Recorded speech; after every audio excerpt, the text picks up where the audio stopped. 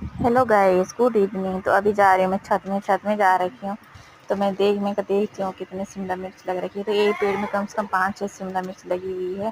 तो अच्छा लगता है अगर कोई घर की सब्जी हो तो बहुत, मेरे को तो बहुत अच्छा लगता है। बहुत खुशी भी होती है कि हाँ यार, मेहनत का फल ये हमें मिल रहा है। तो अच्छा लगता है कि हम और ज़्यादा फिर आगे मेहनत करते हैं, करनी भी चाहिए।